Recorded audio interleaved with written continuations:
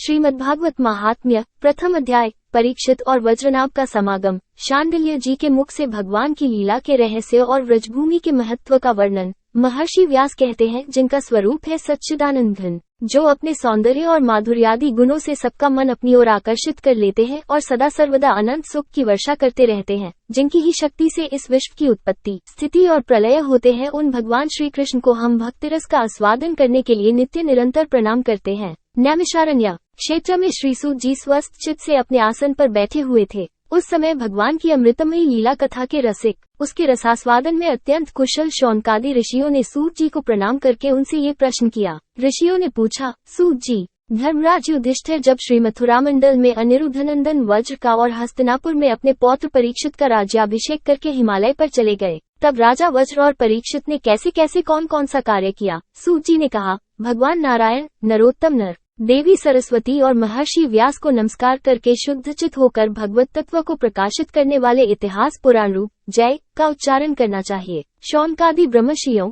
जब धर्मराज युधिष्ठिर आदि पांडवगण स्वर्गारोहण के लिए हिमालय चले गए, तब सम्राट परीक्षित एक दिन मथुरा गए। उनकी इस यात्रा का उद्देश्य इतना ही था कि वहां चलकर वज्रनाभ से मिल जुल आए। जब वज्रनाभ को ये समाचार मालूम हुआ कि मेरे पितातुल्य परीक्षित मुझसे मिलने के लिए आ रहे हैं, तब उनका हृदय प्रेम से भर गया। उन्होंने नगर से आगे बढ़कर उनकी अगवानी की, चरणों में प्रणाम किया और बड़े प्रेम से उन्हें अपने महल में ले आए। वीर परीक्षित भगवान श्री कृष्ण के परम प्रेमी भक्त थे। उनका मन नित्य निरंतर आनंद घन श्री कृष्ण चंद्र में ही रमता रहता था। उन्होंने भगवान श्री कृष्ण के प्रपौत्र वज्रनाभ का बड़े प्रेम से आलिंगन किया। इसके बाद अंतःपुर में जाकर भगवान श्री कृष्ण की रोहिणी आदि पत्नियों को नमस्कार किया। रोहिणी आदि श्री कृष्ण पत्नियों ने भी सम्राट परीक्षित का अत्यंत सम्मान किया। वे विश्राम करके जब आराम से बैठ गए, तब उन्होंने वज्रनाभ से यह बात कही। राजा परीक्षित ने कहा, हे तात, तुम्हारे पिता और पितामहों ने मेरे पिता पितामह को बड़े बड़े संकटों से बचाया है। मेरी रक्षा भी उन्होंने ही की है। प्रिय वज्रनाभ, यदि मैं उनके उपकारों का बदला चुकाना चाहूँ तो किसी प्रकार नहीं चुका सकता। इसलिए मैं तुमसे प्रार्थना करता हूँ कि तुम सुखपूर्वक अपने राजकाज में लगे रहो। तुम्हें अपने खजाने की, सेना की तथा शत्रुओं को दबाने आदि की तनिक भी चिंता न करनी चाहिए। तुम्हारे लिए कोई कर्तव्य है तो केवल एक ही, वो ये है कि तुम्हें अपनी इन माताओं की खूब प्रेम से भलीभांति सेवा करते रहना चाहिए। यदि कभी तुम्हारे ऊपर कोई आपत्ति विपत्ति आए अथवा किसी कारणवश तुम्हारे हृदय में अधिक क्लेश का अनुभव हो तो मुझसे बताकर निश्चिंत हो जाना, मैं तुम्हारी सारी चिंताएं दूर कर दूंगा। सम्राट परीक्षित की यह बात सुनकर वज्रनाभ को बड़ी प्रसन्नता हुई। उन्होंने राजा परीक्षित से कहा। वज्रनाभ ने कहा, महाराज, आप मुझसे जो कुछ कह रहे हैं वो सर्वथा आपके अनुरूप है। आपके पिता ने भी मुझे धनुर्वेद की शिक्षा देकर मेरा महान उपकार किया है, इसलिए मुझे किसी बात की तनिक भी चिंता नहीं, क्योंकि उनकी कृपा से मैं क्षत्रियोचित शूरवीरता से भलीभांति संपन्न हूँ। मुझे केवल एक बात की बहुत बड़ी चिंता है, आप उसके संबंध में कुछ विचार कीजिए। यद्यपि मैं मथुरा मंडल के राज्य पर अभिषिक्त हूँ,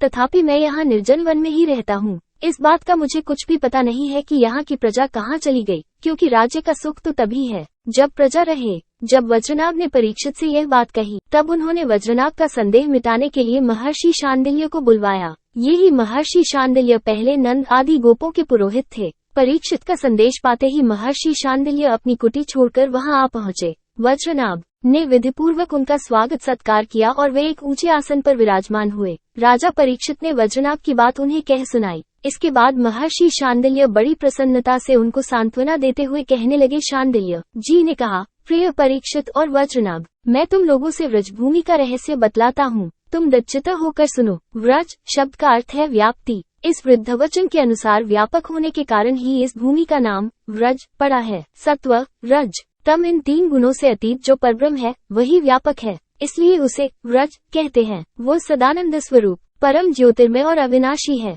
जीवन मुक्त पुरुष उसी में स्थित रहते हैं। इस परब्रह्म स्वरूप व्रजधाम में नंद नंदन भगवान श्री कृष्ण का निवास है। उनका एक एक अंग सच्चिदानंद स्वरूप है। वे आत्माराम और आप्त काम है। प्रेम रस में डूबे हुए रसिकजन ही उनका अनुभव करते हैं। भगवान श्री कृष्ण की आत्मा है राधिका। उनसे रमण करने के कारण ही रहस्य रस के मर्मज्ञ ज्ञानी पुरुष उन्हें आत्माराम कहते हैं। काम शब्द का अर्थ है कामना, अभिलाषा। व्रज में भगवान श्री कृष्ण के वांछित पदार्थ है गौए, ग्वाल बाल, गोपियां और उनके साथ लीला विहार आदि। वे सब के सब यहाँ नित्य प्राप्त हैं। इसी से श्री कृष्ण को आप्त काम कहा गया है। भगवान श्री कृष्ण की यह रहस्य लीला प्रकृति से परे है। वे जिस समय प्रकृति के साथ खेलने लगते हैं, उस समय दूसरे लोग भी उनकी लीला का अनुभव करते हैं। प्रकृति के साथ होने वाली लीला में ही रजोगुण, सत्वगुण और तमोगुण के द्वारा सृष्टि, स्थिति और प्रलय की प्रतीति होती है। इस प्रकार यह निश्चय होता है कि भगवान की लीला दो प्रकार की है, एक वास्तविक और दूसरी व्यवहारिक की। वास्तविक लीला स्वयं वेद्य है, उसे स्वयं भगवान और उनके रसिक भक्तजन ही जानते हैं।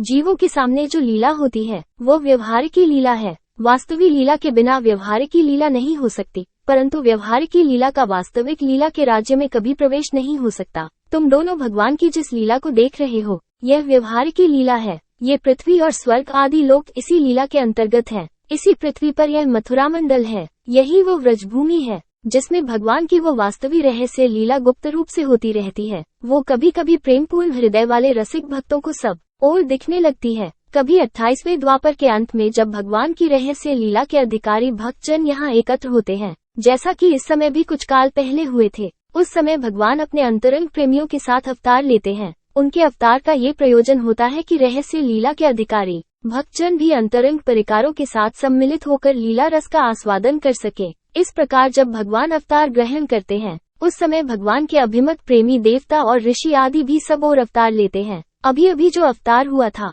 उसमें भगवान अपने सभी प्रेमियों की अभिलाषाएं पूर्ण करके अब अंतर्धान हो चुके हैं। इससे यह निश्चय हुआ कि यहाँ पहले 3 प्रकार के भक्तजन उपस्थित थे, इसमें संदेह नहीं है। उन तीनों में प्रथम तो उनकी श्रेणी है जो भगवान के नित्य अंतरंग पार्षद हैं, जिनका भगवान से कभी वियोग होता ही नहीं। दूसरे वे हैं जो एकमात्र भगवान को पाने की इच्छा रखते हैं, उनकी अंतरंग लीला में अपना प्रवेश चाहते हैं। तीसरी श्रेणी में देवता आदि हैं। इनमें से जो देवता आदि के अंश से अवतीर्ण हुए थे उन्हें भगवान ने व्रजभूमि से हटाकर पहले ही द्वारका पहुंचा दिया था। फिर भगवान ने ब्राह्मण के शाप से उत्पन्न मूसल को निमित्त बनाकर यदुकुल में अवतीर्ण देवताओं को स्वर्ग में भेज दिया और पुनः अपने अपने अधिकार पर स्थापित कर दिया, तथा जिन्हें एकमात्र भगवान को पाने की इच्छा थी उन्हें प्रेमानंद स्वरूप बनाकर श्री कृष्ण ने सदा के लिए अपने नित्य अंतरंग पार्षदों में सम्मिलित कर लिया। जो नित्य पार्षद हैं वे यद्यपि यहाँ गुप्त रूप से होने वाली नित्य लीला में सदा ही रहते हैं, परंतु जो उनके दर्शन के अधिकारी नहीं है ऐसे पुरुषों के लिए वे भी अदृश्य हो गए हैं। जो लोग व्यवहारिक लीला में स्थित हैं वे नित्य लीला का दर्शन पाने के अधिकारी नहीं हैं। इसलिए यहाँ आने वालों को सब और निर्जन वन सूना ही सूना दिखाई देता है, क्योंकि वे वास्तविक लीला में स्थित भक्तजनों को देख नहीं सकते। इसलिए वज्रनाभ, तुम्हें तनिक भी चिंता नहीं करनी चाहिए। तुम मेरी आज्ञा से यहाँ बहुत से गांव बसाओ, इससे निश्चय ही तुम्हारे मनोरथों की सिद्धि होगी। भगवान श्री कृष्ण ने जहाँ जैसी लीला की है उसके अनुसार उस स्थान का नाम रखकर तुम अनेकों गांव बसाओ और इस प्रकार दिव्य व्रजभूमि का भलीभांति सेवन करते रहो। गोवर्धन, दीवपुर, दीघ, मथुरा, महावन, गोकुल, नंदीग्राम, नंदगांव और बृहत्सानु, बरसाना आदि में तुम्हें अपने लिए छावनी बनवानी चाहिए। उन स्थानों में रहकर भगवान की लीला के स्थल नदी, पर्वत, घाटी, सरोवर और कुंड तथा कुंज वन आदि का सेवन करते रहना चाहिए। ऐसा करने से तुम्हारे राज्य में प्रजा बहुत ही संपन्न होगी और तुम भी अत्यंत प्रसन्न रहोगे। यह व्रजभूमि सच्चिदानंदमयी है, अतः तुम्हें प्रयत्नपूर्वक इस भूमि का सेवन करना चाहिए। मैं आशीर्वाद देता हूँ, मेरी कृपा से भगवान की लीला के जितने भी स्थल है सबकी तुम्हें ठीक ठीक पहचान हो जाएगी। वज्रनाभ, इस व्रजभूमि का सेवन करते रहने से तुम्हें किसी दिन उद्धव जी मिल जाएंगे। फिर तो अपनी माताओं सहित तुम उन्हीं से इस भूमि का तथा भगवान की लीला का रहस्य भी जान लोगे। मुनिवर शांडिल्य जी उन दोनों को इस प्रकार समझा बुझाकर भगवान श्री कृष्ण का स्मरण करते हुए अपने आश्रम पर चले गए। उनकी बातें सुनकर राजा परीक्षित और वज्रनाभ दोनों ही बहुत प्रसन्न हुए।